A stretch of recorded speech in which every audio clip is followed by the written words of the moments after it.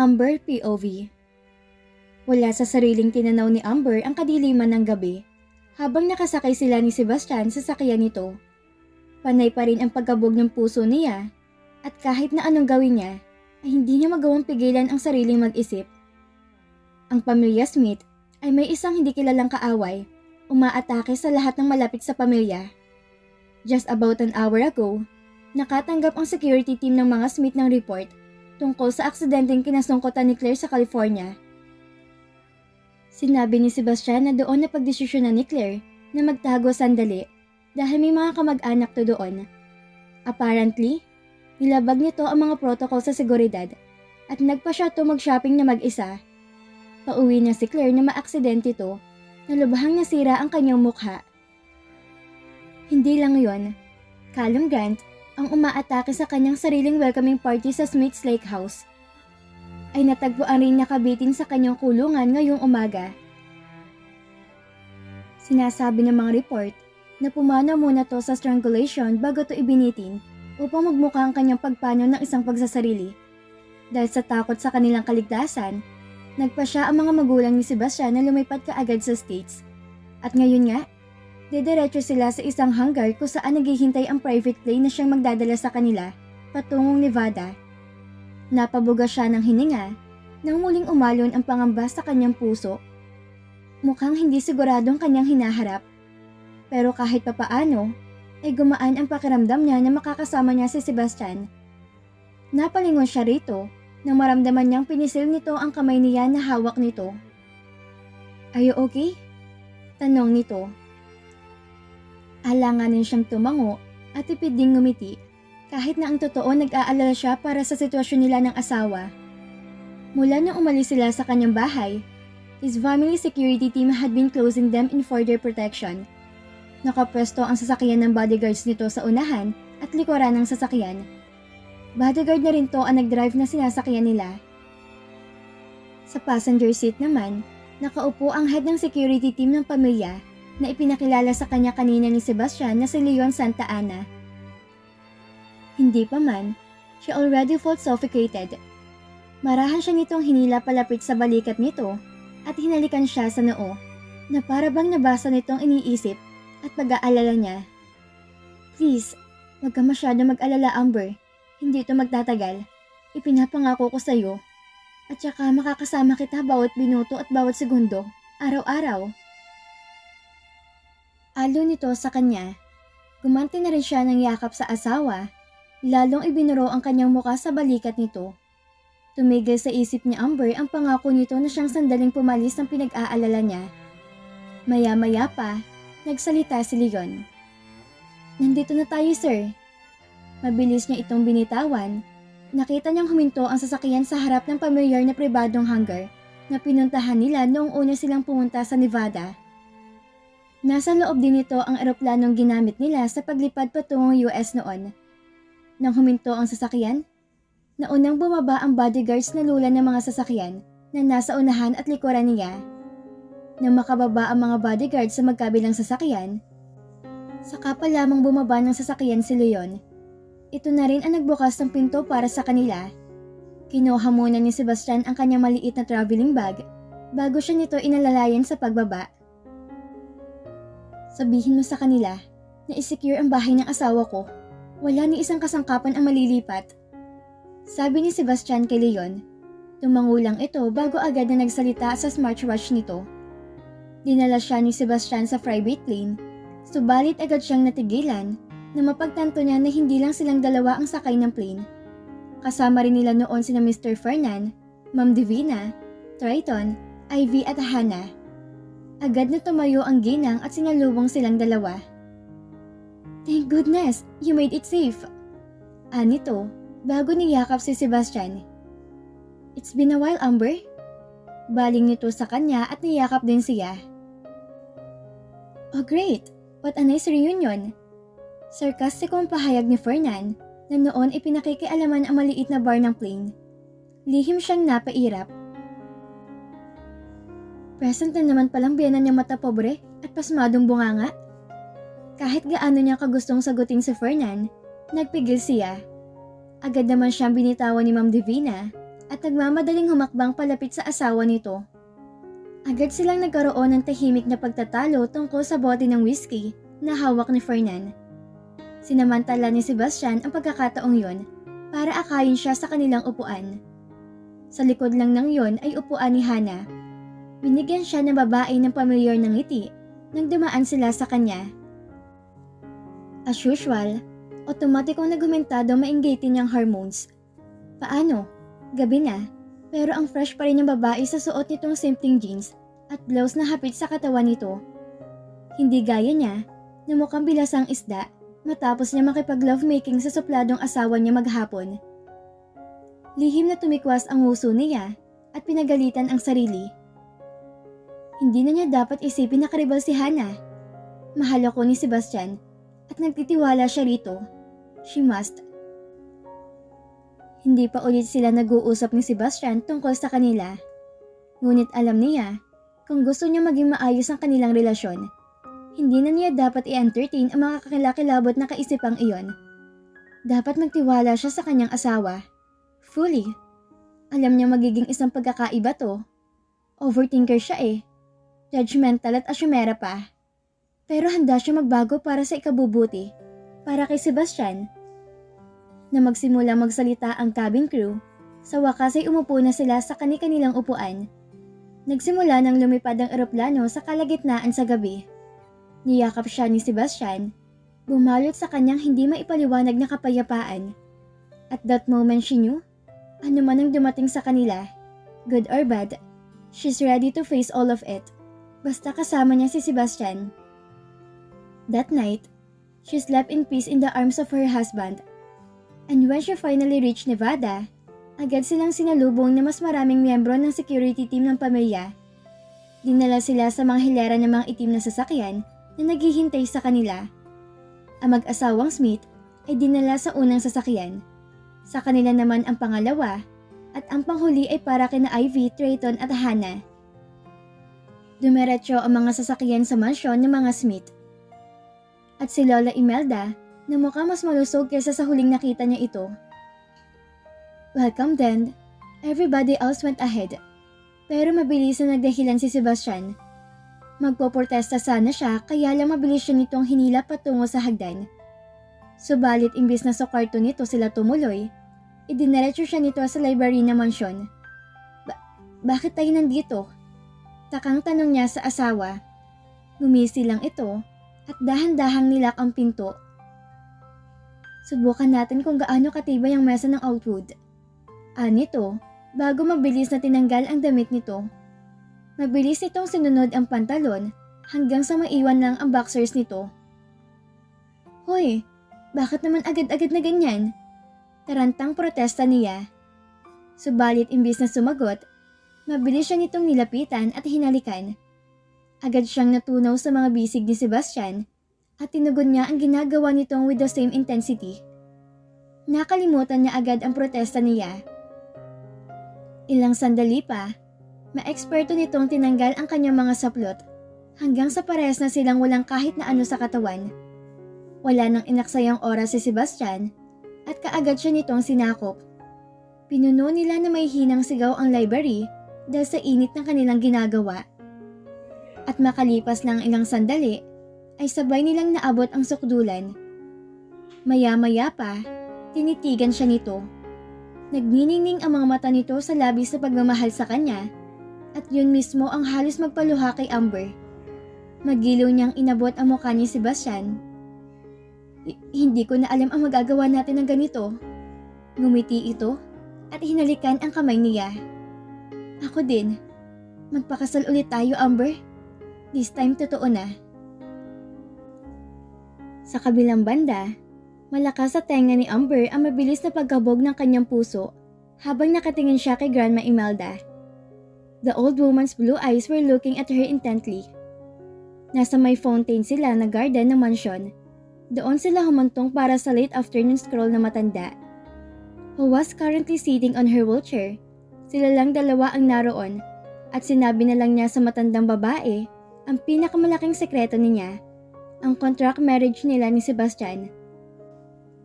Halos isang linggo na ang nakalipas, Mula nang makarating sila dito sa Nevada, at mula nang pumayag siyang pakasalan muli si Sebastian, hindi na nawala sa isip niya ang magtapat sa matanda tungkol sa naging peking kasalan nila ng apo nito. Sabi ni Sebastian na hindi na raw importante dahil ikakasal na sila for real. Subalit para sa kanya, mahalagang maging malinis ang tungkol sa kanilang contract marriage kahit kay Grandma Imelda lang. Sa mga nakalipas na araw na sila inanatili rito, nakita niya kung gaano hindi katatag ang kalusugan ng matandang babae. Isang araw ay magaling ito at kinabukasan ay halos hindi na ito makagalaw sa kama. At alam niyang hindi kakayanin ng kanyang konsensya kung sakaling pumanaw ang matanda na hindi man lang niya nasasabi rito ang totoo. At kaya pinili niya ngayon na sabihin kay Lolo Imelda ang lahat. Ngayon niya napili magtapat dahil sila lang ang naiwan sa mansyon. Pumunta si Sebastian at mga magulang nito sa New York upang tingnan ang branch ng Gold Hotel doon. They will be staying for a few days there. Kasama rin ng mga ito sina Trayton, Ivy, and of course Hannah. Si Hannah na ngayon ang spokesperson ng Gold Hotel. Pagkatapos nitong tumulong sa matagumpay na negosasyon sa mga biktima ng pagkalason sa pagkain, formal na inalok ni Fernan ang trabaho kay Hannah. O kaya narinig niya mula kay Sebastian. Noong una nag-aalangan siya sa nalaman. Subalit nang tumagal, she was already fine with it. Kahit na madalas na nitong nakakasama si Sebastian. Dahil nakapagtataka, nawala na lahat ng sama ng loob niya kay Hannah. Mabait din naman kasi talaga ang babae. Nakumpirma niya yon nitong mga nakalipas na araw na nakasama niya to. Talaga lang siguro nai-insecure siya sa kagandahan nito. Lalo pa, at mas boto si Mr. Smith dito kaysa sa kanya. Subalit sigurado niya si Amber ngayon sa posisyon niya sa buhay ni Sebastian. Her husband loved her. Alam at ramdam niya yon. Idagdag pa na kay Fernan lang naman siya may problema. Tanggap naman siya ni na Ma'am Divina at Grandma Imelda. Kumurap si Amber na maalala ang matanda. The old woman was still silently looking at her like she had grown two horns. Mali ba? Na ngayon niya sinabi sa matanda ang lihim nila ng apo nito? Lihim siyang napangiwi. Hindi pa niya masyadong kabisadong ugali ni Lola Imelda. Baka mamaya palayasin siya nito dahil sa pagsisinungaling niya. Diyos ko, wala pa naman si Sebastian. Grandma, I'm sorry. Alam ko pong lubos na mali yung ginawa namin at maiintindihan ko kung hindi niyo po ako patatawarin. Stop the nonsense, Amber. Putol nito sa kanya. Ang mga tao'y nagsisinungaling sa lahat ng oras. Kahit ang isang 3 taong gulang na bata ay nagsisinungaling na. Hindi to kumukuha ng cookie mula sa garapon kahit na may mga bakas na mga mumo sa kanyang bibig. Lahat tayo ay nagsisinungaling. Inabot na nito ang kamay niya. Besides, alam ko na ang tungkol sa iyong kasal ng aking apo. Biglang nanlaki ang mata niya. Paano? How did you know? Kandautal niyang sabi. Sinabi niya sa akin ni Sebastian. Lalo siyang naguluhan. Ano raw? Nagtapat na rito ang gwapo't suplado nitong apo? Ano? Saan? Kailan? At bakit? Humalakhak ang matandang babae. Mukhang naaaliw sa kalituhang bumuka sa mukha niya. Malinis na lumapit sa akin si Sebastian noong nasa Germany pa to at nag-aayos ng mga bagay tungkol sa hotel. Tumawag to at sinabi sa akin ng lahat. Tila nasa estado to ng gulat dahil hindi mo siya kakausapin. Alam mo, pinagkakatiwalaan pa rin ako ng batang yun sa lahat ng bagay, kahit gaano pa to kalaki ngayon.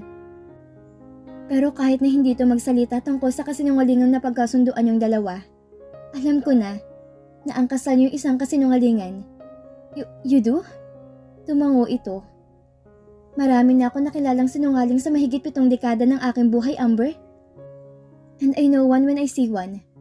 Pero sa unang pagkakataon na nakita ko kayo ni Sebastian na magkasama, alam kong higit pa sa isang kasunduan na meron kayo sa inyong dalawa. It was far stronger than that, even if both of you weren't aware of that yet. Ngunit nakumpirma ko noong nakita ko nag-aalala si Sebastian sa'yo nang sinaktan ka ni Callum sa dapat mong welcome party.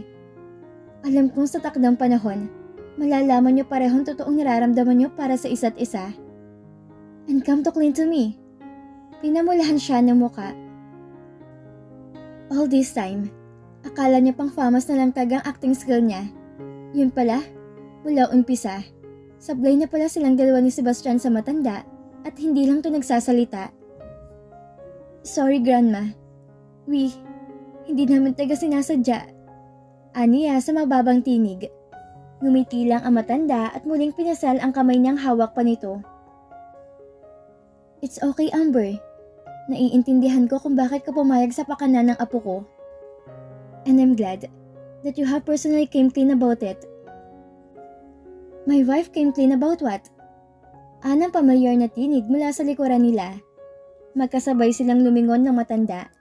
Napasingha pa siya nang makitang mabilis na naglalakad patungo sa kanila si Sebastian. He was displaying his familiar look.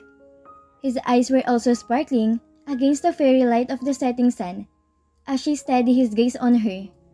Napatayo na siya mula sa pagkakaupo sa gilid ng fountain. Nang tuluyang tumakalapit sa kanila, una nitong hinalikan sa pisngi si Grandma Imelda bago ipinulupot ang bisig nito sa kanyang bewang. Hello, Mrs. Smith. Miss me? He said. Anong ginagawa mo? Si Amber din ang kusang pumutol sa sarili niyang tanong nang may maalala siya. Sinabi mo na kay Grandma Imelda tungkol sa atin? Sita niya sa asawa. Imbis na sumagot, natatawa tong bumaling sa lola nito. Umuwi ako ng maaga dahil nararamdaman kong kakausapin kanya tungkol sa atin. Inamin na ba niyang kanyang kasalanan? Ginawa niya. Candidly, I must say, nakalimutan mong sabihin sa akin ang tungkol kay Dilila na manok. Naaaliw na sagot na matanda. Sabay na natawa ang maglola habang siya nalulunod sa hiya. Peste talaga? Plano kong ibigay kay Amber ang nararapat na kasal na para sa kanya. Ani Sebastian maya-maya. He glanced at her and drew her closer to him. Please, give us your blessings, Grandma. Binigyan sila ng matandang babae ng pinakamatamis nitong ngiti at sinabing, I wish you both all the happiness in this world. Bumaha sa puso ni Amber ang hindi maipaliwanag na saya. Tila unti-unting nahuhulog ang lahat sa tamang lugar at natutuwa siya na unti-unting nawawala ang lahat ng kawalan ng katiyakan na meron siya. Binigyan siya ni Sebastian ng halik sa pisngi at bumulong. I love you, Mrs. Amber Smith. I love you too, Sebastian. Tuwang-tuwa niyang tugon. Unknown POV. Tamad niyang pinagmasdan ang pagtunaw ng mga ice cubes sa kanyang baso ng brandy. Ilang araw na ang lumipas mula nung siya ay makainom. And she's grateful that she can have one now. Ang mga nakaraang linggo ay parang isang roller coaster. Mabuti na lang at nagawa na niya ng paraan na linisin ang mga maging kalat niya. Tuluyan nang namahinga si Callum. Napilitan siyang bayaran ng isang tao sa loob ng kulungan para gawin ang krimen para sa kanya. Wala siyang ibang pagpipilian. Sinabi ni Callum na ilalantad nito ang kanyang pagkakakilanlan sa mga Smith. Sa lahat pa naman ng ayaw niya ay ang pinagbabantaan siya. Kaya naman sinigurado niyang hindi na muli magsasalita si Callum. Ganon din ang ginawa niya kay Claire. Nang malaman na niyang humingi ng tulong si Claire kay Sebastian, pagkatapos makalaya mula sa pagkakakulong, naaasar siya na gusto niyang tapusin ng babae, right there and then. Napakalinaw ng instruction. Pakakawalan to, ngunit hindi na nito kailanman kakausapin si Sebastian o sino man sa mga Smith. Subalit makulit ito. Nagpa-presscon pa kasama si Sebastian. Kaya't naghintay siya ng tamang panahon para ituro kay Claire ang aral na hinding-hindi nito makakalimutan. Tinanggalan ng mga tauhan niya ang preno ng sasakyan ni Claire na tila nawalan to ng kontrol at naaksidente. At mas natutuwa siya sa resulta. Ngayon, wala nang may pagmamalaki nitong ganda. Isa na lang ang problema niya, si Amber Gonzaga. Siguradong inalis na niya ang lahat ng iba pa niyang karibal sa atensyon ni Sebastian maliban sa isa, ang asawa nito. Gigil niyang tinungga ang alak, maya-maya pa, May naglaro na isang ideya sa kanyang isip. Ngumisi siya. Hindi na ako makapaghintay na maaliw.